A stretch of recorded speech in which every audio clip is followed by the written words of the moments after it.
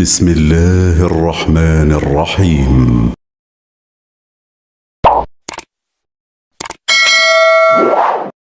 السلام عليكم ورحمة الله وبركاته.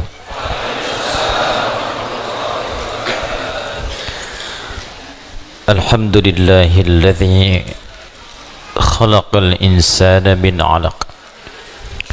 الحمد لله الذي وعدنا لنكون من عباد الله المهديين. الحمد لله الذي أنزل القرآن وفيه شفاء وهدى للعالمين. ثم الصلاة والسلام على رسول الله نبينا ومولانا محمد وعلى آله وصحبه ومن والاه وبعد. فيا عباد الله، أوصي نفسي وإياكم بتقوى الله فقد فاز المتقون، فلا تموتن إلا وأنتم مسلمون. فقال تعالى: يا أيها الذين آمنوا اتقوا الله حق تقاته ولا تموتن إلا وأنتم مسلمون. Saudara-saudariku, alhamdulillah kita masih diberikan kesempatan untuk beribadah dan mempelajari sebagian dari tuntunan syariat agama kita di masjid ini. Semoga seluruh niat kita diikhlaskan oleh Allah Subhanahu wa taala, karena seluruh ibadah akan bergantung kepada niatnya. Demikian Nabi Muhammad SAW menyampaikan pesan kepada kita dalam satu hadis yang diriwayatkan oleh sahabat mulia Umar bin Al-Khattab Abi Hassin radhiyallahu taala anhu, dan dinukil oleh Imam Al-Bukhari dalam pembuka kitab sahihnya pada nomor hadis yang pertama dalam kitab Bad'ul Wahyi. Innamal a'malu binniyat wa innama likulli imri'in ma nawa. Sungguh seluruh aktivitas pekerjaan, apalagi ibadah, itu akan bergantung kepada niatnya. Ini setidaknya memiliki dua makna utama. Pertama, semua hal yang terkait dengan motivasi, khususnya niat, itu akan sangat menentukan capaian, kesungguhan, dan kesuksesan sebuah pekerjaan. Jadi kalau niat kita sempurna dalam mengerjakan sesuatu, maka motivasi untuk mengerjakan pekerjaan itu pun akan maksimal dan sempurna. Anda niatnya sempurna untuk belajar, maka semua energi kita pun itu akan maksimal digunakan untuk belajar. Anda bekerja dengan niat yang tulus menyempurnakan pekerjaan, maka energi kita pun akan sempurna untuk memaksimalkan pekerjaan yang kita tunaikan. Dalam pendekatan ukhrawi atau akhiratnya, maka niat akan menentukan nilai pahala yang Allah berikan kepada kita terkait aktivitas yang kita tunaikan sebagai ibadah ataukah bukan. Jadi begitu kita kerjakan diniatkan karena Allah, maka berubah ia menjadi ibadah, dan disitulah kemudian memiliki nilai pahala. Tapi sebaliknya, sekalipun itu tampak ibadah, bagian dari ibadah, tapi niatnya tidak ditujukan untuk kepentingan ibadah, maka dia tidak memiliki nilai pahala di hadapan Allah Subhanahu wa taala. Saya berikan contoh begini, misal dia terlihat seperti ibadah, salat itu ibadah, infak itu ibadah, tapi ada orang yang bahkan dicela oleh Allah ketika salat, tidak dianggap ketika infak. Siapa mereka? Yaitu orang yang tidak meniatkan ibadahnya untuk ibadah. Fawailul lil musallin, celaka orang solat. Anda bayangkan, orang solat ada yang dinilai celaka, apalagi yang tidak solat. Tapi siapa yang solat dan celaka ini? Alladzina hum an salatihim sahun, yaitu orang yang lalai dalam solatnya. Lalai yang dimaksudkan apa? Apakah lalai ini lupa rakaat? Apakah lalai ini melambat-lambatkan solat? Ternyata definisi lalai yang pertama yang disebutkan di ayat ini, teruskan ayatnya, alladzina hum yuraun. Pertama, yang lalai dalam niatnya. Lalai dalam niatnya. Seorang yang ibadah, motivasinya ingin dilihat Allah. Ya, ini yang paling pertama dari niat. Ketika seorang ibadah, maka keinginannya dilihat oleh Allah. Itu yang disebut dengan ihsan namanya. Hadis Muslim nomor hadis yang ke-8. An ta'budallaha ka'annaka tarah fa illam takun tarahu fa innahu yarak. Maka engkau menjadikan ibadahmu itu semua ingin dilihat oleh Allah. Walaupun engkau tak mampu melihatnya, maka engkau yakin kau diperhatikan oleh Allah Subhanahu wa taala. Ingin dilihat oleh Allah disebut ihsan sifatnya. Orangnya disebut muhsin. Ingin dilihat oleh makhluk salah niat, maka disebut riya namanya. Alladzina hum yura'un. Maka terlihat seperti ibadah tapi disebut celaka oleh Allah Subhanahu wa taala karena gagalnya niat. Demikian infak. Orang yang infak dengan tujuan bukan karena ibadah, hanya ingin dilihat oleh orang lain, maka disebut oleh Allah seperti orang yang bekerja tapi tak ada nilai. Seperti mengumpulkan pasir-pasir yang lembut lalu dihempas oleh buih-buih air yang kemudian menghabiskannya. Quran surah kedua Al-Baqarah ayat 264. Ya ayyuhalladzina amanu la tubtilu sadaqatikum bil manni wal adza kalladzi yunfiqu malahu ria'an nas. Hei orang-orang yang beriman, jangan engkau gugurkan, batalkan. Jadi ada yang disebut oleh Allah batal amalnya. Salah niat, batal amal. Dikerjakan tapi tak punya nilai. Kayak orang kerja nggak punya gaji. Orang kerja tak dapat upah. Orang ibadah tak dapat pahala. Dan disebut oleh Allah batal amalnya. Seperti orang infak yang mengerjakan infaknya disertai dengan perbuatan yang merusak. Apa diantaranya? Orang infak yang riya ingin dilihat oleh orang lain. Demikian hal pertama yang kita kerjakan dalam setiap aktivitas. Niatkan semua pekerjaan kita karena Allah Subhanahu wa ta'ala, termasuk dalam mengikuti ta'lim yang kita hadirkan pada malam hari ini. Dengan niat yang ikhlas, maka sempurna ilmu akan diberikan kepada kita. Dan dengan niat yang ikhlas karena Allah, tingkatkan takwa kepada Allah, maka akan dipermudah kita untuk menangkap dan mengamalkan pengetahuan yang kita pelajari. Itu yang dimaksudkan di intisari Quran surah kedua Al-Baqarah di akhir ayat 282. Wattaqullah wa yu'allimukumullah. Tingkatkan takwamu kepada Allah. Awal meningkatkan takwa kepada Allah memperbaiki niat. Ketika takwa ditingkatkan, wa yu'allimukumullah, maka Allah akan menambahkan padamu tambahan-tambahan pengetahuan. Semoga Allah memberikan kemudahan pada kita pada setiap apa yang kita pelajari. Kita memulai dengan mendoakan saudara-saudari kita, semoga yang sampai malam hari ini belum beriman kepada Allah, dikuatkan jiwanya untuk bersyahadat sebelum ia wafat kembali kepada Allah Subhanahu wa ta'ala. Semoga para pelaku maksiat pada malam hari ini disadarkan hatinya dan mau bertobat, dan semoga kita bersama mereka wafat dalam keadaan husnul khatimah insyaallah. Dan kita juga berdoa semoga segala ujian, khususnya penyakit yang tengah kita hadapi bersama saat ini, COVID-19 atau yang dikenal dengan corona, diberikan kekuatan kita semua untuk menghadapi musibah ini.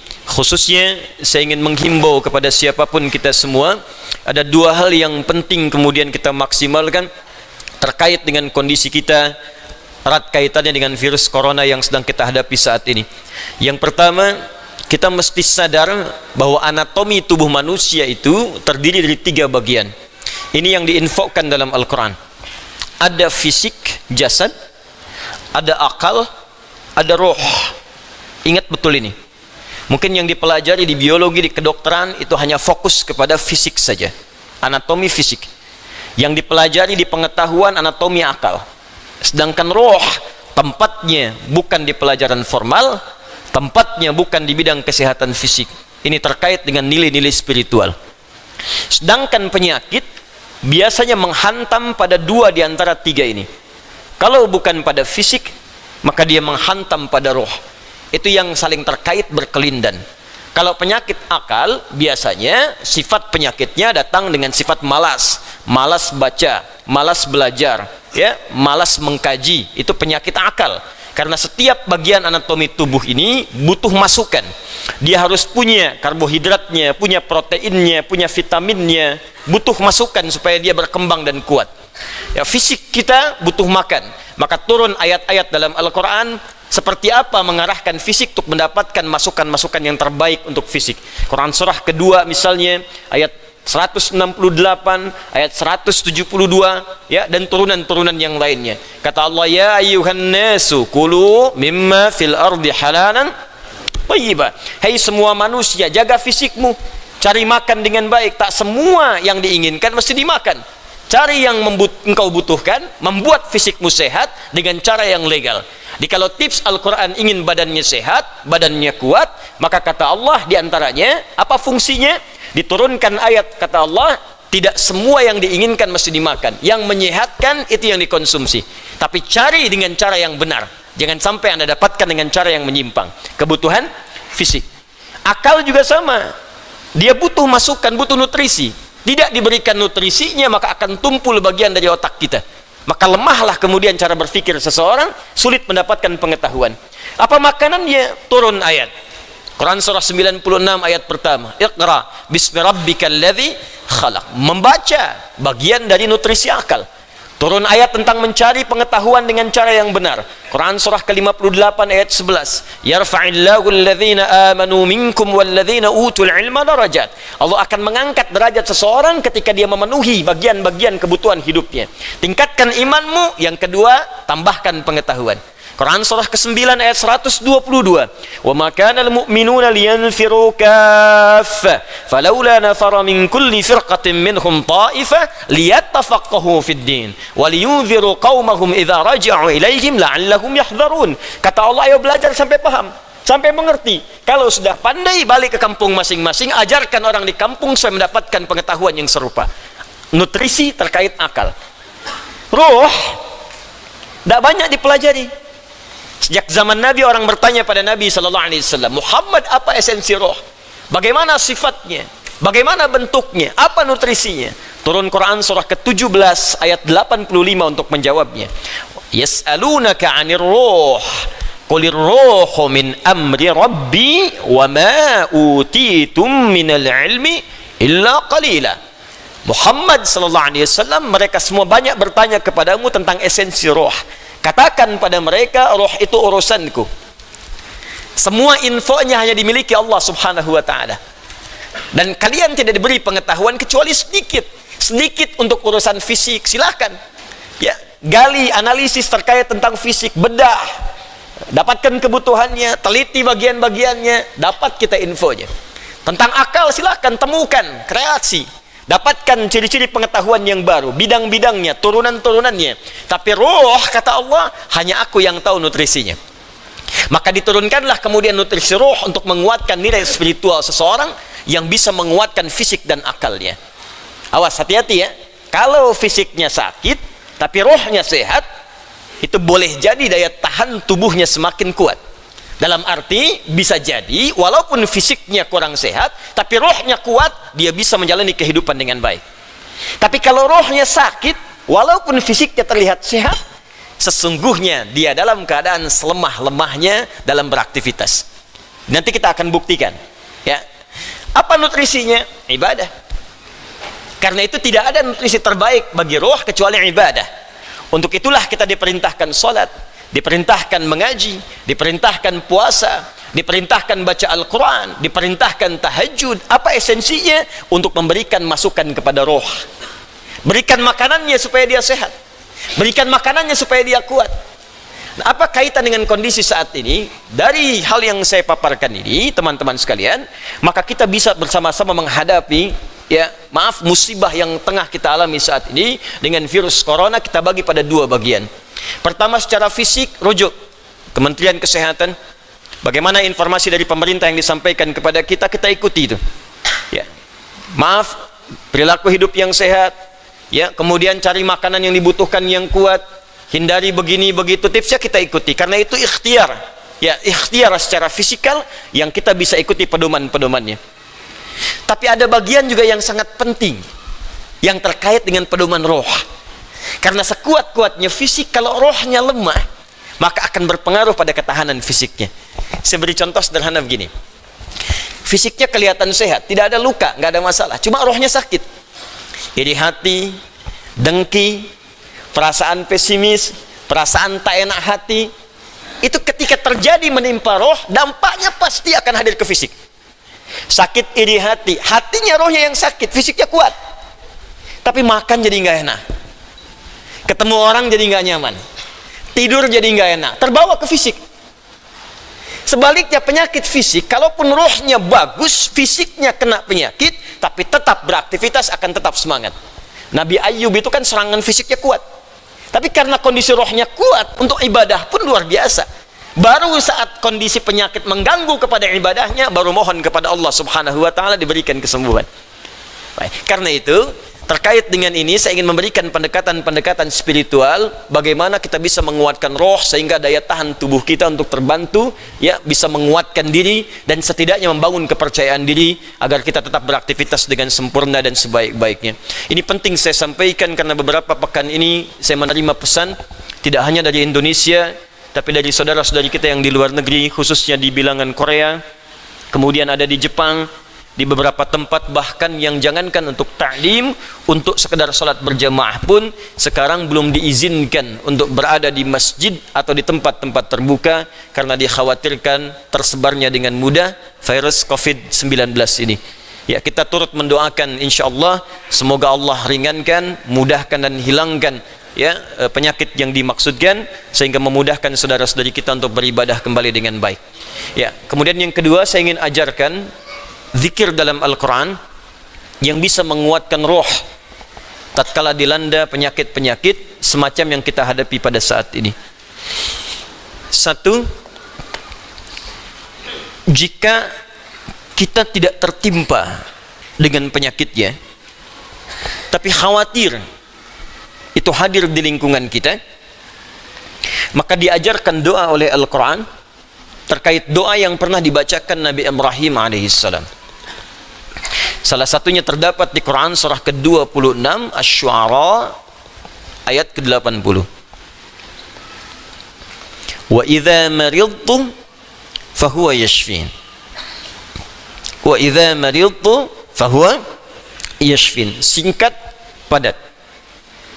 Wa idza maridtu fahuwa yashfin. Kalaupun aku sakit, apapun penyakitnya, pasti Allah akan menyembuhkan. Saya ulang ya. Wa idza maridtu fahuwa yashfin. Kalaupun aku ditimpa penyakit, apapun penyakitnya, pasti Allah sembuhkan. Ini bentuknya fi'il madhi tapi maknanya mudhari'. Das ya?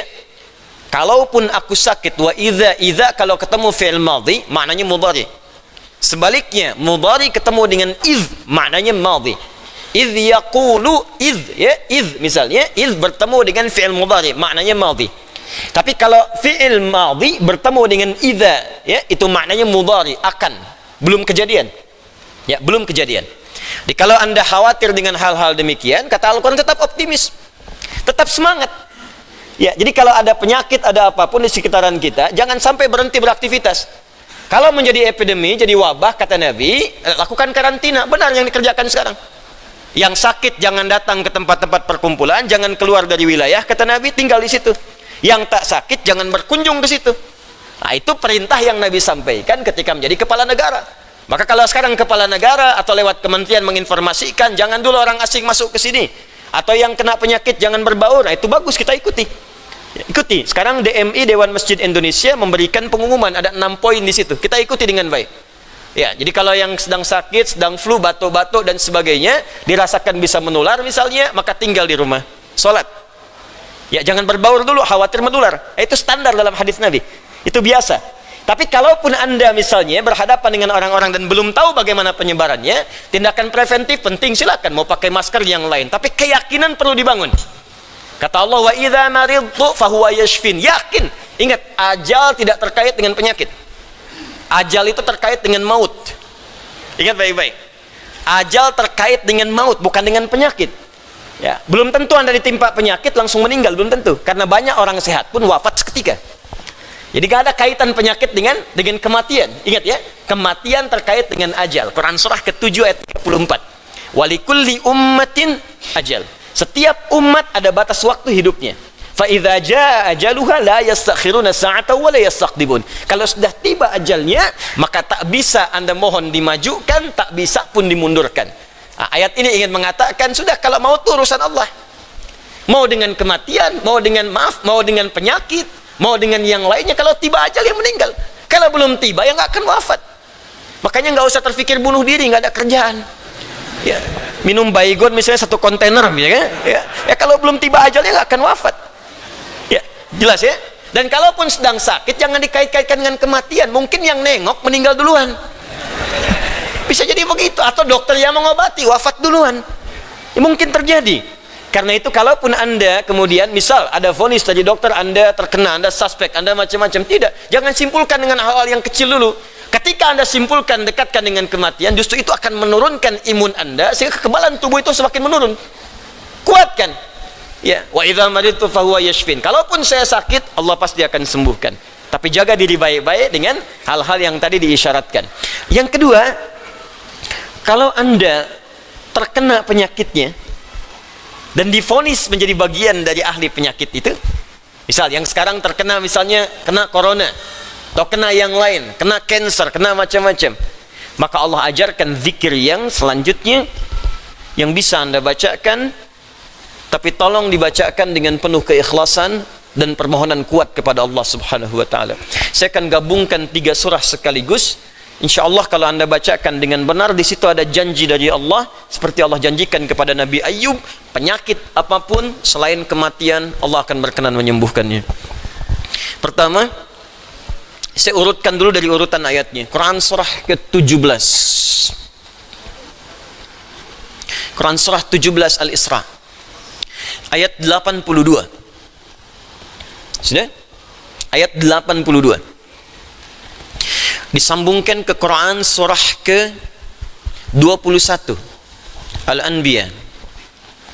Ayat 83 sampai 84. Nanti saya bacakan ayatnya. Terakhir ditutup dengan Quran surah pertama Al-Fatihah ayat 1 sampai 7. Quran surah ke-17 Al-Isra ayat 82, Quran surah ke-21 Al-Anbiya ayat 83 sampai 84, dan ditutup dengan Quran surah Al-Fatihah ayat 1 sampai ayat 7. Sekarang perhatikan baik-baik. Awas, ini bukan ilmu otak-atik ya. Ini syarat Al-Quran. Wa nunazzilu minal Qur'ani ma huwa shifaa'un. Ini poinnya. Wa rahmatul lil mu'minin wa la yazidul zalimina illa khasara. Wa nunazzilu minal Qur'an, dan kami turunkan dari ayat-ayat Al-Quran itu ma huwa shifaa'un, ada yang bisa menjadi syifa. Apa itu syifa? Obat. Apa itu obat? Syifa. Ibu syifa, ibu obat. Baik. Obat penawar itu ada 2 nama. Seperti penyakit pun ada 2 nama. Satu, obat bagi penyakit fisik yang standar, disebut dawa namanya, dawaun. Penyakitnya daun, obatnya dawaun. Ya, ada riwayat mengatakan likulli da'in dawaun. Setiap penyakit pasti ada obatnya, kecuali kematian. Ya, kecuali kematian. Selain kematian, kata Nabi, ada obatnya. Ya, kalau kita mau kreatif, kita dapatkan analisis, dapatkan hadir. Ya, likulli da'in dawaun. Da itu penyakit fisik. Ya, pusing, sakit perut, sakit gigi, macam-macam. Kata Nabi, Anda kreatif, dapat obatnya. Obat untuk fisik ini disebut dawa namanya. Ada yang kedua, disebut dengan maradun. Maradun. Marad itu lebih kepada penyakit hati, penyakit jiwa, roh. Ini Quran surah kedua Al-Baqarah ayat 10, fi qulubihim marad fazadahumullahu marada. Ada orang-orang munafik yang kena penyakit, fisiknya sehat, kuat, ke masjid nomor 1, saf pertama dia, cuma di hatinya ada penyakit. Ya, masuk masjid nyanjung Nabi, keluar masjid mencela Nabi. Nah, itu penyakit, hati-hati. Masuk masjid, nyanjung-nyanjung, keluar mencela-cela. Di depan berkata baik, di belakang menjelek-jelekan. Ah, itu sakit. Nah, itu sakit tuh. Ya. Apa penyakitnya? Marad. Obat penyakit hati ini, maka namanya bukan dawa, tapi disebut dengan syifa. Syifa. Syifaun. Tahan, pelan-pelan. Jikalau ada orang iri hati, orang dengki, mohon maaf, orang terkena penyakit hati yang lainnya, maka obatnya tidak akan pernah ditemukan di apotek atau di rumah sakit tertentu. Silahkan Anda datang ke Kimia Farma, datang ke apotek-apotek yang Anda dapatkan di sekitaran, Century dan sebagainya. Tanyakan, ada nggak obat penyakit hati? Ada nggak obat iri hati? Ada nggak obat dengki? Nggak akan ditemukan. Kenapa? Karena mereka khusus menangani penyakit-penyakit fisikal, disebut dengan daun. Tapi kalau syifa, maka ini erat kaitannya dengan penyakit yang pertama ini, penyakit hati. Di mana ditemukannya? Kata Allah, wa nunazzilu minal Qur'an. Solusinya ada dalam Al-Quran. Maka nanti Allah turunkan beberapa amalan-amalan yang saat dikerjakan amalan itu bisa menghikis, menyembuhkan, bahkan menghilangkan penyakit-penyakit hati. Cari ayatnya. Maka Anda akan temukan kalimat-kalimat dalam Al-Quran, ayat-ayat bimbingan. Ini obat untuk menghilangkan malas, ini obat untuk menghilangkan iri hati, bahkan ini mencegah penyakit dengki. Kalau ada orang sekitaran dengki dengan kita, bacakan ayat ini, turun surah Al-Falaq. Kalau ada orang munafik, bacakan surat yang ini. Kalau ada orang ini, bacakan surat yang ini. Nah, pencegahan-pencegahannya, obatnya ditemukan bagiannya di Al-Quran. Tapi syifa juga memiliki makna yang kedua. Dia adalah obat bagi penyakit fisik yang sudah sulit ditemukan obat dan penawarnya. Kalau dokter sudah mengatakan, sudah ini nggak ada obatnya, ini belum ditemukan penawarnya, maka Allah turunkan kemudian beberapa ayat dalam Al-Quran berupa zikir-zikir tertentu yang kalau dilakukan dengan benar maka melahirkan penawar yang tidak ditemukan secara fisikal. Apa diantaranya? Yuk kita bacakan Quran surah ke-21 Al-Anbiya ayat ke-83 sampai 84. Kenal Nabi Ayub? Bagus. Ada yang kenal di sini. Baik. Bukankah ujian Nabi Ayub salah satunya kena penyakit fisik? Bukankah ujian Nabi Ayub alaihissalam salah satunya kena penyakit fisik? Ya. Pertama ujian harta, habis semua asetnya. Yang kedua ujian keluarga, wafat semua anaknya. Yang kedua ketiga ujian fisik. Ditimpa, diuji dengan penyakit, maaf, yang belum ditemukan obatnya, tidak akan pernah dirasakan orang sebelumnya, tidak dialami orang setelahnya, saking parahnya penyakitnya. Dokter mengatakan sudah nggak ada obat. Orang mengatakan secara klinis mustahil sembuh, nggak ada obatnya. Maka apa yang dikerjakan oleh Nabi Ayub alaihissalam? Ingat, ini pesan dari Al-Quran. Ada isyarat begini, ketika manusia mengatakan, makhluk mengatakan ini mustahil, itu tanda pertama dari Allah supaya langsung kita diminta untuk memohon kepada Allah subhanahu wa ta'ala. Jadi kalau ada orang mengatakan ini nggak bisa, itu langsung tanda langsung dari Allah supaya tinggalkan pendapat makhluk, minta kepada Khalik. Itu poinnya. Makanya seringkali ujian penyakit itu diantaranya mendorong kita untuk mendekat kepada Allah. Jadi kalau Anda diberikan penyakit sampai parah, nggak menyebut nama Allah juga, perlu dikasih apa lagi supaya ingat sama Allah? Jadi kalau diberikan yang paling parah, nggak sempat menyebut nama Allah juga, Anda perlu dikasih apa lagi? Karena itu seringkali ujian itu, kata Nabi, jika Allah mencintai seorang hamba, diberikan ujian supaya dekat dengan Allah. Innallaha idza ahabba 'abdan ibtala. Allah itu kalau sudah cinta dengan seorang hamba, diberikan ujian supaya ingat, nyebut. Mungkin sebentar lagi wafat, sebut nama Allah, dekatkan diri dengan Allah. Makanya maaf ya, nikmat kesehatan itu berharga ketika sakit. Ya, syukur nikmat itu datang ketika sakit. Peningkatan ibadah hadir ketika sakit. Begitu diuji, ingat Allah. Nah, ini yang dikerjakan Nabi Ayub alaihissalam. Begitu penyakitnya sudah mulai mengganggu beliau ibadah, maka perhatikan zikirnya. Amalkan ini, bacakan dengan penuh ketulusan. Wa Ayyuba, dan kami buka kisah Ayub. alaihi salam, idnada rabbahu anni massani ad-durru wa anta arhamur rahimin. Ini zikirnya. Anni massani ad-durru wa anta arhamur rahimin. Anda boleh bacakan dari sini.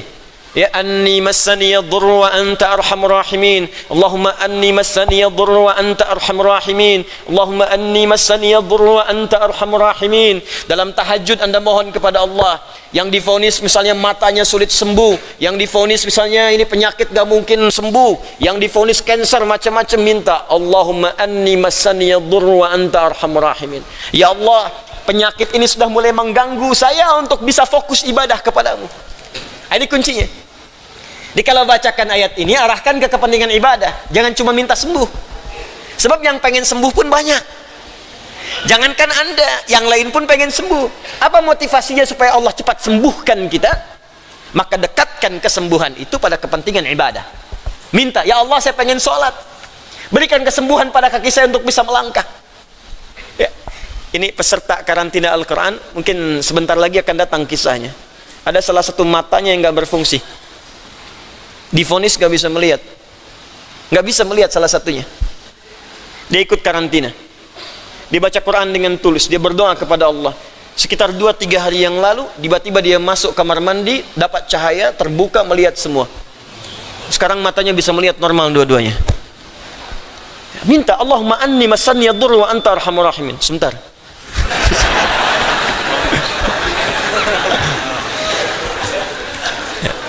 Ya Allah, ini penyakit sudah mulai mengganggu saya untuk ibadah. Saya pengen ke masjid ya Allah. Saya pengen Jumatan. Saya pengen jamaah ya Allah. Cuman karena ini saya nggak bisa lagi jamaah. Bukankah Engkau menyukai hambamu yang jamaah ya Allah? Bukankah Engkau menyukai hambamu yang salat bersama ya Allah? Bukankah Engkau menyukai zikir ya Allah yang Kau dengar setiap waktu ya Allah? Wa anta arhamur rahimin, sedangkan Engkau yang paling sayang padaku. Kalau yang paling sayang saja tidak Engkau sembuhkan, lantas kepada siapa lagi aku mohon dan meminta? Kalau kepada yang paling sayang saja tidak menyembuhkan, kepada siapa lagi aku mesti meminta? Anda tahu apa jawabannya?